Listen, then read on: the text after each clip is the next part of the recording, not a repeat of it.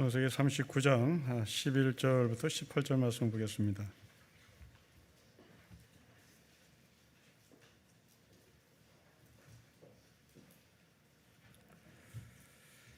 (39장) 11절부터 18절 말씀을 교독하겠습니다. 그럴 때 요셉이 그의 일을 하러 그 집에 들어갔더니 그 집 사람들은 하나도 거기에 없었더라.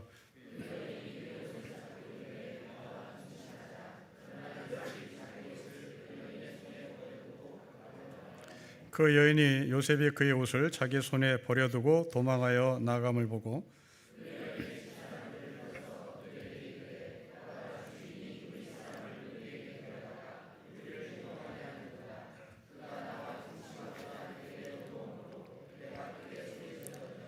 그가 나의 소리질러 부름을 듣고 그의 옷을 내게 버려두고 도망하여 나갔느니라 하고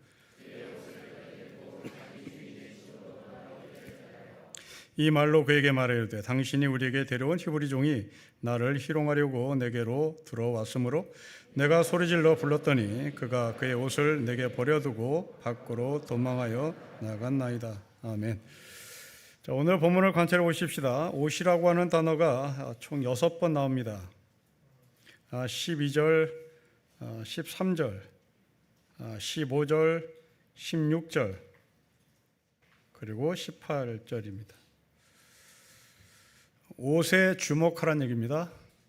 이 옷은 요셉의 옷입니다. 요셉은 노예입니다. 노예가 입고 있는 옷을 주목하라는 얘기입니다.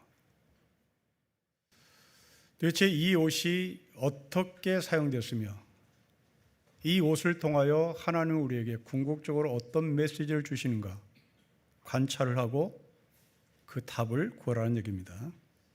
그런데 이 옷을 입고 있는 요셉은 6절 말씀으로 들어가시면 아름답다라고 기록합니다. 정리하자면 노예 옷을 입고 있는 아름다운 요셉이라고 말하면 되겠습니다. 논리가 맞지 않습니다. 노예가 입고 있는 옷을 보고 성경은 요셉을 아름답다? 또 하나 여기 어폐가 있는 것은 요셉은 남자입니다. 남자를 높이려면 늠름하다고 말해야 되는 겁니다. 용감하다고 말해야 되는 겁니다. 키가 크다고 말해야 되는 겁니다. 그런데 왜 성경은 아름답다고 말할까요? 그렇다면 이 요셉은 옷이 아름다웠던가 아니면 모습이 아름다웠던가 둘 중에 하나일 텐데 분명히 노예가 입는 옷이기 때문에 아름답지는 않겠죠. 그렇다면 요셉의 모습이 아름답다라고 말할 수 있겠습니다. 자, 이 이야기를 우리가 나누다 보면 바로 옆에 있는 보디발의 부인과 연결시킬 수밖에 없습니다. 여자입니다. 당연히 아름다워야 하는 겁니다. 여자입니다.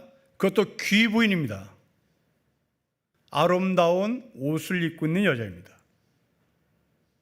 그런데 성경은 보디발의 부인이 아름답다 말하지 않습니다. 보디발의 부인이 입고 있는 옷이 아름답다 말하지 않습니다.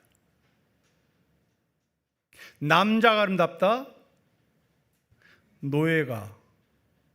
노예의 옷을 입고 있음에도 불구하고 아름답다라고 이야기합니다.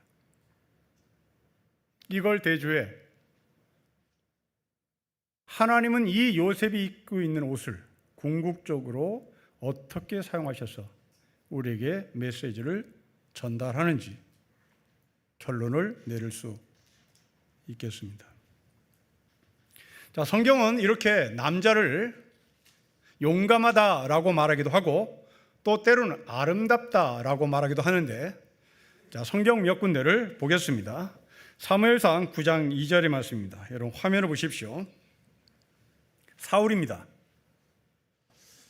늠름합니다. 키가 큽니다. 장군감입니다. 이스라엘 백성들은 이런 사람을 왕으로 세우겠다고 사무엘에게 졸라댑니다. 이유는 주변 국가들이 힘이 센 나라였고, 그 힘이 센 주변 국가들과 경쟁하려면 사울같이 용감하고 키가 큰 사람을 왕으로 세우고 싶었습니다. 그리고 사울은 왕이 됩니다.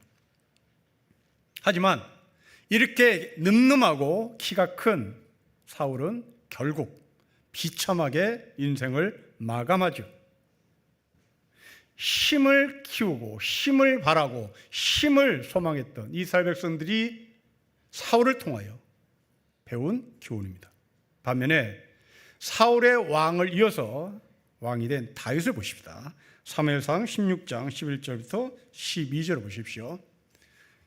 맨 끝에 말씀에 보면 12절입니다. 빛이 붉고 눈이 빼어나고 얼굴이 아름답습니다. 장군감 아닙니다. 장군감이 아니에요. 리더십이 없습니다. 이건 미소년에게 해당되는 이야기입니다. 이런 사람이 왕이 되면 힘이 없습니다. 이런 사람이 왕이 되면 안보에 구멍이 뚫리는 거예요. 그런데 하나님은 이 다윗에게 기름을 붓습니다. 하지만 다윗은 자신의 이 아름다움을 끝까지 유지하지 못합니다. 우리가 아는 대로 큰 사고를 치죠. 그 상대방은 밧세바라는 여자입니다. 성경은 이 밧세바를 이렇게 소개합니다. 사무엘하 11장 2절의 말씀을 보십시오. 아름답습니다. 아름다웠던 다윗, 아름다움이 사라졌습니다. 이유는 권력입니다.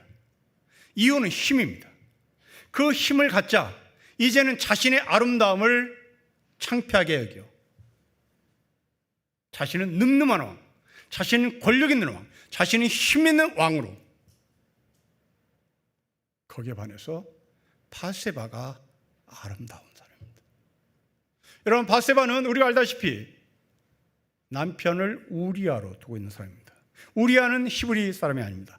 헷 사람입니다. 이방 민족입니다. 이방 사람이 이스라엘에 와서 전쟁을 치르는데 참여했다면 이 사람은 용병이라는 얘기입니다. 돈 벌러 온 사람입니다. 군인의 봉급 적습니다. 때문에 이 밧세바는 자기 남편이 벌어오는 쥐꼬리만한 월급을 갖고 살아야 될 서민이라는 얘기입니다. 그 서민에 불구하고 이 밧세바는 아름다움을 유지합니다. 사울 힘, 다윗 힘없음. 다윗 힘으로 자기의 정체성을 말할 때 적은 봉급을 갖고 사는 우리아의 부인 밧세바, 이것을 대조하는 겁니다. 보디발 부인 귀부인입니다. 귀부인에게 힘이 있습니다. 힘과 권력과 돈을 가진 이 여자는 비싼 명품 옷을 입었을 것이고, 그리고 PT를 받았을 것이고, 또한 얼굴에 성형수술도 가능했을 것이고, 자기가 갖고 있는 모든 힘과 권력을 통하여 자신의 아름다움을 유지해 갈 수 있었을 것입니다. 반면에 요셉은 그런 돈 없습니다. 요셉은 명품 옷 살 돈 없습니다. 요셉은 성형할 힘 없습니다. 요셉은 그저 냄새나는 노예의 옷을 입고 있을 뿐입니다. 성경은 사울의 늠름함, 다윗의 아름다움, 다윗의 힘, 밧세바의 아름다움, 보디발의 힘, 그 집에서 노예로 사는 요셉의 아름다움을 이야기합니다. 이렇게 아름다움을 끝까지 유지할 수 있었던 요셉, 도대체 그 근거는 어디에 있는가? 입니다. 다윗은 왜 이 아름다움을 끝까지 유지하지 못했을까? 우리의 아름다움은 왜 유지하지 못할까? 우리의 아름다움은 끝까지 유지해야 되는데 왜 유지하지 못할까? 이런 질문들을 계속할 수밖에 없습니다. 그런데 이 요셉처럼 끝까지 아름다움을 유지한 또 한 사람이 있습니다. 그 사람은 다니엘입니다. 여러분, 다니엘서 1장 4절부터 6절의 말씀을 화면을 통해서 보십시오. 흠이 없고 용모가 아름답습니다. 남자입니다. 청년입니다. 늠름해야 되는 거예요. 그런데 다니엘도 요셉처럼 아름다운 사람으로 성경은 묘사합니다. 도대체 이 다니엘이 어떤 삶을 살았는지 우리가 정리해 보십시다. 느부갓네살이라는 바벨론 왕이 유대인들을 잡아갑니다. 그 중에 포로 잡혀간 사람 다니엘입니다. 다니엘과 세 친구가 바벨론에 포로 잡혀갑니다. 느부갓네살 왕은 그 다니엘에게 그리고 다니엘 세 친구들에게 히브리 이름을 지우고 바벨론의 이름을 지어줍니다. 다니엘에게 지어준 이름은 벨드사살입니다. 우리말로 얘기하면 창시계명에 들었다는 얘기입니다. 일제강점기에 조선 사람들에게 조선의 이름을 갖지 못하게 하고 창시계명을 요구했던 것처럼 다니엘은 그렇게 창시계명을 당했습니다. 일제가 우리 조선 사람들에게 창시계명을 요구한 이유는 조선의 혼을 말살하기 위함입니다. 느부갓네살도 마찬가지입니다. 히브리 사람들의 혼을 말살하기 위함이었던 거죠. 그렇게 자신들의 혼과 자신들의 영을 집어넣기 위하여 바벨론은 이스라엘 사람들에게 히브리 말도 쓰지 못하겠습니다. 바로 조선도 마찬가지였습니다. 일본이 우리나라 사람들에게 일본어를 가르치면서 계속 세뇌시킨 것이 있습니다. 한글은 저급한 문자라고. 한글은 대단히 저급한 문자라고 계속 세뇌시켰고 이 정책은 먹혀 들어갔습니다. 그래서 엘리트들은, 지식인들은 한글 배우는 것을 전혀 생각하지 않았고 오히려 창피하게 생각했습니다. 한 예가 있습니다. 해방이 되었습니다. 1946년입니다. 해방된 직후에 서울대학교 신입생 입학 요강이 광고됐습니다. 시험 과목들, 수학, 영어, 뭐 이런 게 쭉 있겠죠. 국어가 올라왔습니다. 수험생들이 데모했습니다. 난리 날 쳤습니다. 해방이 될지 몰랐던 이 수험생들, 경성제국대학을 가고 싶었던 수험생들, 죽어라고 일본어를 공부했습니다. 죽어라고 일본 국어를, 죽어라고 일본 역사를 배웠던 거죠. 갑자기 국어를 본다고 하니 데모를 할 수밖에 없죠. 어떻게 우여곡절 끝에 일본이 대신 국어를 수험생들이 볼 수밖에 없었습니다.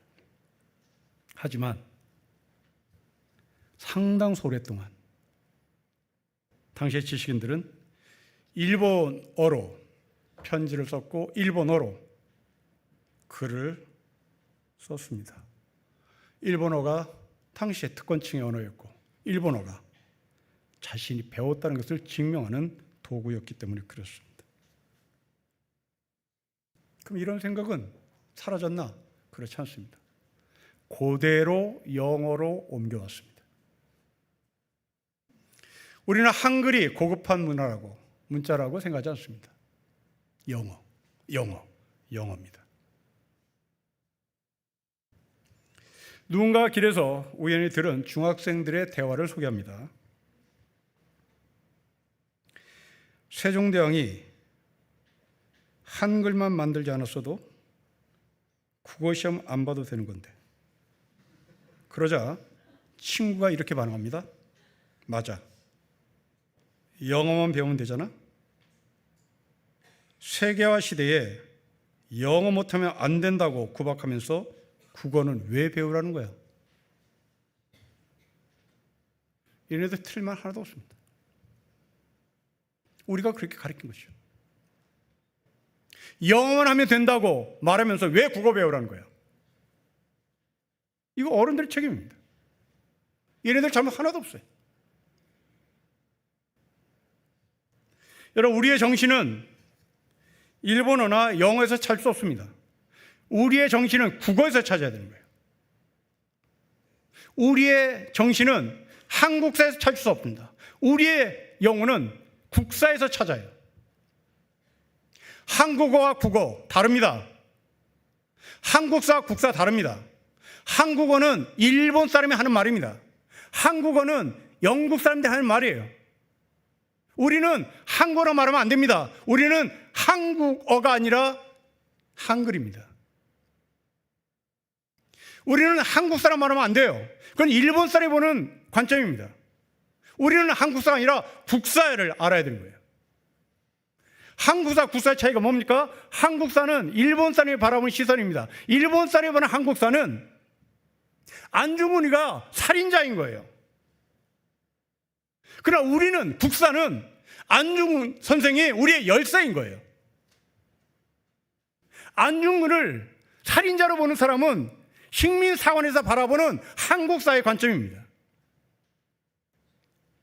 여러분, 어떻게 안중근이 살인자입니까? 안중근은 열사입니다. 이건 국사예요. 이건 우리의 기준인 겁니다. 그런데 이 땅의 지식인들 사람 죽였잖아.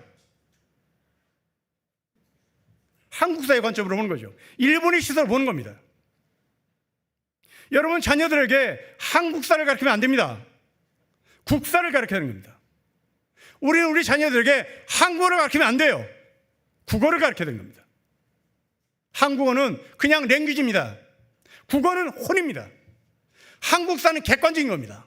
국사는 우리의 주관의 해석인 거예요. 안중근 사람 죽였죠. 객관입니다. 그러나 국사는 객관이 아니에요. 국사는 해석입니다. 우리의 정체성인 거예요. 한국어는 객관입니다. 랭귀지예요. 그러나 국어는 우리의 혼과 영이 들어가 있는 거예요. 바벨론의 포로 잡혀간 다니엘, 절대 자신의 민족성, 자신의 히브리됨의 명예 흔들리지 않습니다.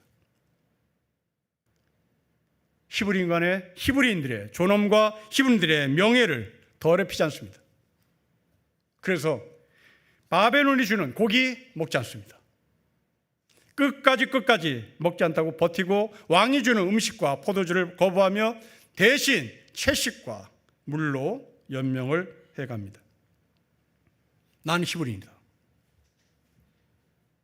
이것을 유지하기 위하여 특권을 누린 대신에 차별적인 고난을 택합니다. 마침내 그럼에도 불구하고 이 다니엘은 바벨론에서 공무원 시험을 합격합니다. 이때 느부갓네살 왕이 자신을 신으로 등극시키기 위하여 신상을 만들어 마침내 신상 개막식에 바벨론을 초대합니다. 이 다니엘을 초대합니다.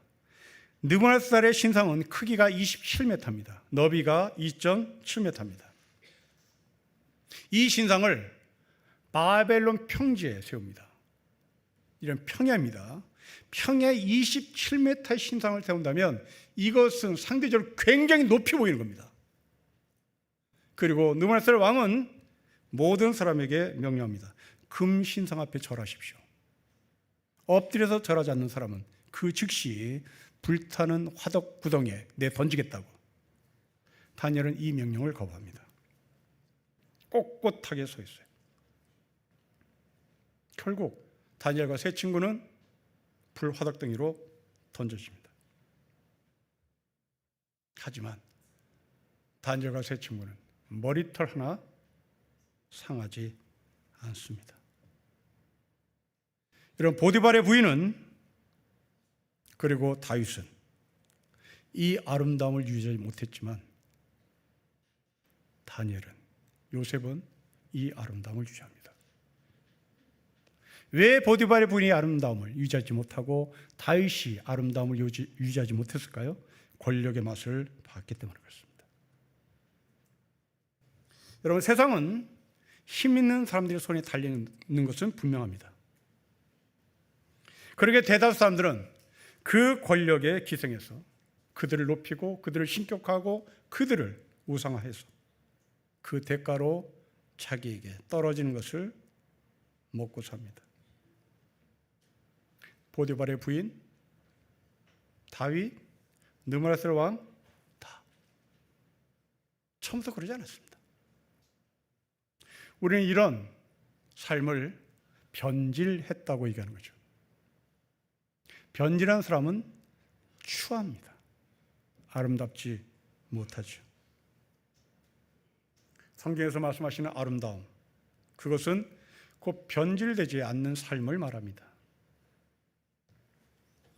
여러분, 이런 아름다움은 몸을 가꾸는 것으로 유지되지 않습니다. 마음을 가꿔야 합니다. 마음이 몸을 지배하는 것이지 몸이 마음을 지배하는 건 아닙니다. 눈으로 보고 만질 수 있는 것은 몸이죠. 하지만 아름다운 사람은 마음을 만집니다. 아름다운 사람은 마음을 챙깁니다. 안타깝게도 현대인들은 자신의 본질과 자신의 개성을 몸에서 찾는 경우가 많이 있어서 안타깝습니다. 그래서 사람들은 책보다 거울을 훨씬 더 자주 보죠. 여가 시간이 생기면 몸을 갖다 씁니다. 여가 시간이 생기면 PT를 찾아가죠. 근육을 붙이고 싶어 합니다.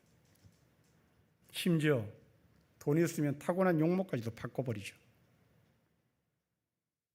어떤 통계에 의하면 이발소, 미용실, 목욕탕, 찜질방, 헬스장, 의류매장, 화장품 판매점, 성형외과 같은 시설들, 몸을 씻고 가꾸고 다듬고 바꾸는 시설, 이런 영업소, 이런 업체 수는 전 세계 최고랍니다. 반면에 1인당 독서량은 OECD에서 꼴찌입니다. 이화여대 앞에 서점이 없어진 지는 벌써 수십 년 됩니다. 그 이화여대 앞에 상점들은 화장품, 성형외과, 옷, 그 외에는 없습니다. 그리고 그들은 나 이대 나왔어 라고 말합니다. 나 이대 나온 여자야. 거기에 나온 뉘앙스는 잘났다 이 말입니다. 이게 우리 현실이죠. 그럼 무슨 옷을 입고 있는지, 어디서 성형수술을 했는지, 그런 관심과 그런 열정의 10분의 1만이라도 우리의 마음을 살피는 데 시간을 사용했으면 어떨까 싶습니다. 거울을 보는 횟수만큼 책장을 넘기고, 거울을 보는 횟수만큼 성경을 읽어보면 어떨까 싶습니다. 성도 여러분, 일주일 동안 여러분들은 거울을 몇 번 봤습니까? 일주일 동안 성경은 몇 번 열어봤습니까? 일주일 동안 여러분들은 머리를 몇 번 만져봤습니까? 일주일 동안 여러분들은 성경을 몇 번 만져봤습니까? 아무리 몸이 앞서는 시대라도 진정한 아름다움은 마음 안에 있습니다. 몸 좋은 사람이 많은 세상이 좋은 세상 아닙니다. 아름다운 마음을 가진 사람이 많은 세상이 좋은 세상입니다.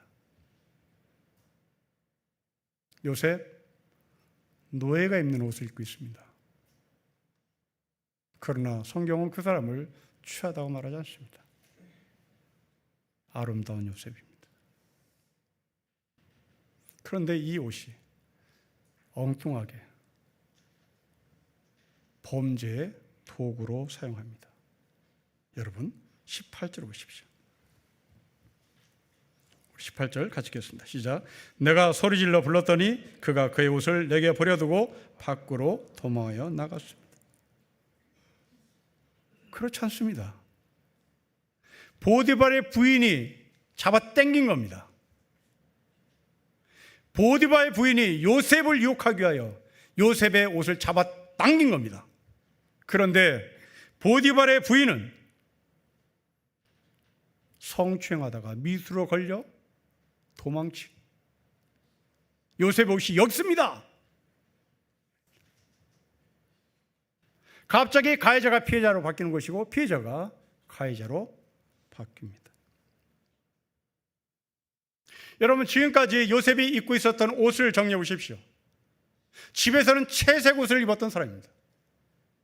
이제 형들이 그 옷을 뺏었어요. 벗겼습니다. 대신 미디안 상인에게 팔았으니 이제 나그네 옷을 입었겠죠. 그 나그네 옷을 입었던 요셉이 보디발의 집에 노예로 팔려왔습니다. 이제 노예 옷을 입습니다. 이 노예 옷을 입었던 요셉이 오늘 말씀을 끝으로 감옥에 들어갑니다. 감옥에서 죄수들이 입는 옷으로 바뀝니다. 채색 옷에서 나그네 옷으로, 나그네 옷에서 노예 옷으로, 노예 옷에서 죄수의 옷으로 바뀝니다. 끝난 겁니다.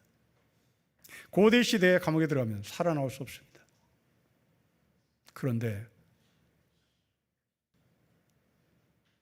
요셉은 죄수의 옷을 벗고 채색 옷보다 더 뛰어난 옷, 국무총리의 옷을 입습니다. 이 채색 옷을 벗겨버렸던 형들은 아버지께 염소의 피를 묻혀 들어갑니다. 아버지, 요셉이 죽었습니다. 또 요셉의 옷이 장난칠 당하고 있습니다. 요셉은 죽지 않았습니다. 근데 요셉의 형들은 죽었다고 증거물로 내세웁니다. 오늘 보디발의 부인도 똑같습니다. 보디발의 부인이 가해자입니다. 요셉이 피해자입니다. 그런데 이것을 증거로 내밀며 요셉이 가해자라고 주장했고 결국 요셉은 감옥에 갇힙니다. 여러분, 이런 분이 또 한 분 계십니다. 예수님이십니다. 예수님이 십자가에서 사람들을 하여금 옷을 찢기고 사람들은 그 옷을 나눠 가졌습니다. 그 옷을 나눠 가졌던 사람들, 그들은 낄낄대며 정말 저게 하나님의 아들인지 증명해보자. 그 옷을 증거로 예수님이 하나님의 아들인지를 알아보고 싶었던 겁니다. 그렇습니다. 지금 우리 주변에는 증거물이 아님에도 불구하고 증거물로 채택하는 못된 검사들이 수두룩합니다. 죄를 지지 않았음에도 불구하고 검사들이 죄 졌다고 몰아붙여서 결국 감옥에 가는 사람들이 많습니다. 우리 이런 현실을 가리켜 프레임을 씌웠다고 이야기하죠. 보디발의 부인은 요셉에게 그 프레임을 씌웠습니다. 100년 전에 일본 동경에 무지막지한 지진이 일어난 적이 있습니다. 소위 관동 대지진이라는 지진입니다. 일본의 여론이 나빠졌습니다. 정치하는 사람들에게 화살이 돌아왔습니다. 그러자 이 정치하는 사람들이 프레임을 씌웠습니다. 프레임을 씌운 대상은 조선 사람이었습니다. 일본 당국은 일본에 사는 조선 사람들에게 프레임을 씌우기를 조선 사람들이 일본에 있는 우물에 독을 타서 우리를 죽이려고 한다. 여론은 확 돌아섰습니다. 그리고 일본의 사람들은 자경단이라는 조직을 스스로 만들어서 조선 사람들을 무자비하게 죽였습니다. 숫자만 많은 게 아닙니다. 죽이는 방법도 정말 잔인했습니다. 예를 들면 이겁니다. 죽창을 최대한 날렵하게, 죽창을 최대한 아주 날카롭게 깎아서 조선의 사람들 7명을 태워놓고 첫 번째 사람부터 7번째 사람까지 뚫고 나갈 수 있는지 시합했습니다. 그렇게 죽였습니다. 이게 일본입니다.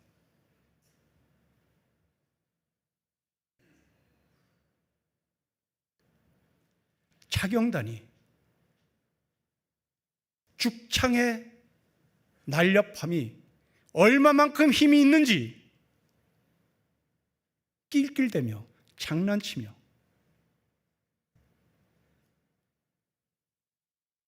뚫어보자고.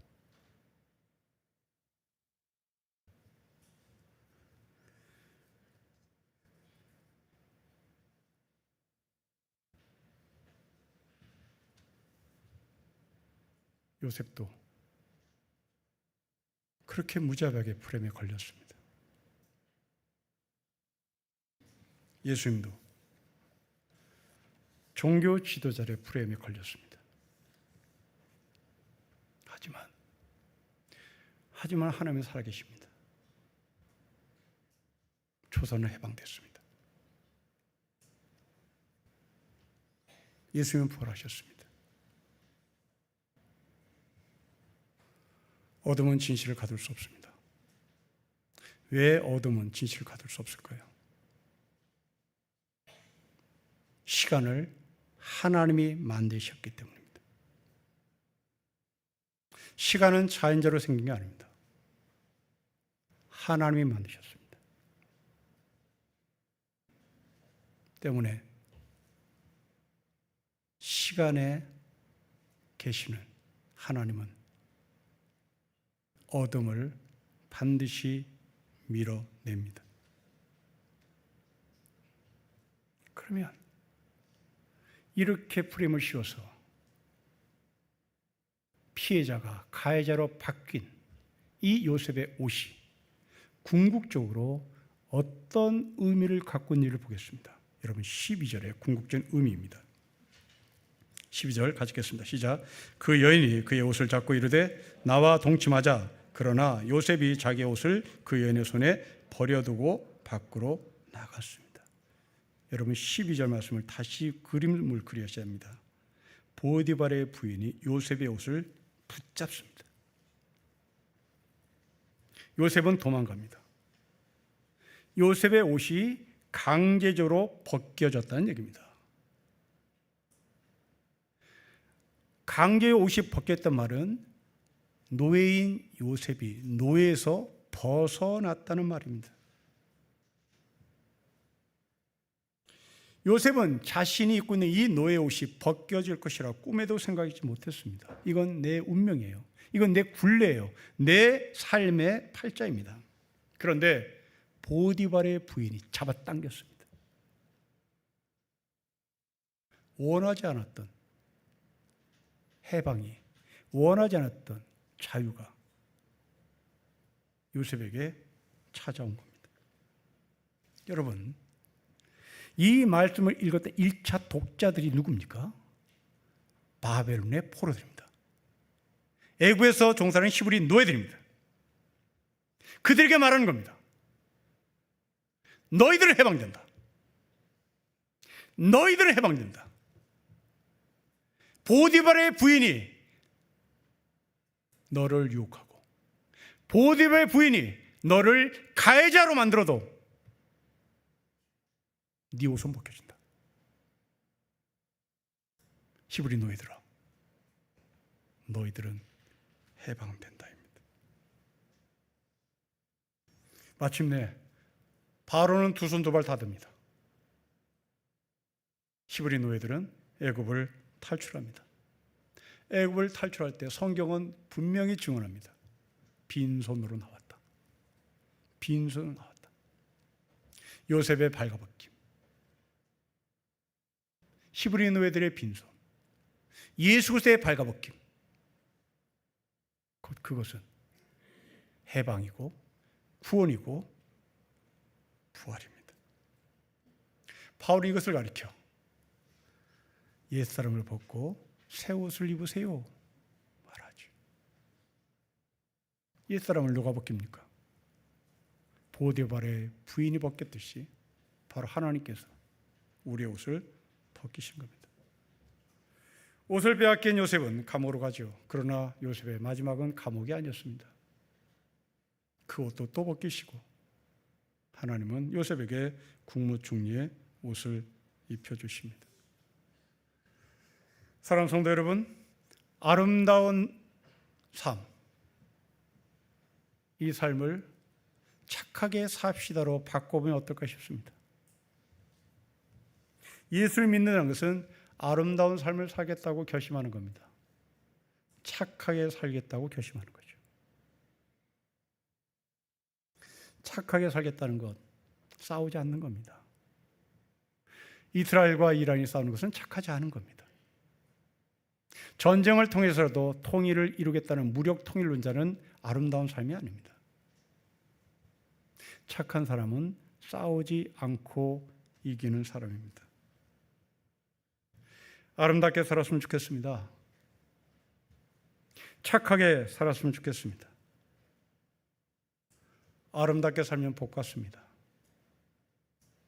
착하게 살면 복 받습니다. 오염된 우리의 삶에 성령의 이른 비와 늦은 비가 내리기를 소망합니다. 절대로 벗겨지지 않을 것 같은 요셉의 옷, 벗겨집니다. 절대로 없어질 내 팔자, 내 운명, 하나님은 벗기십니다.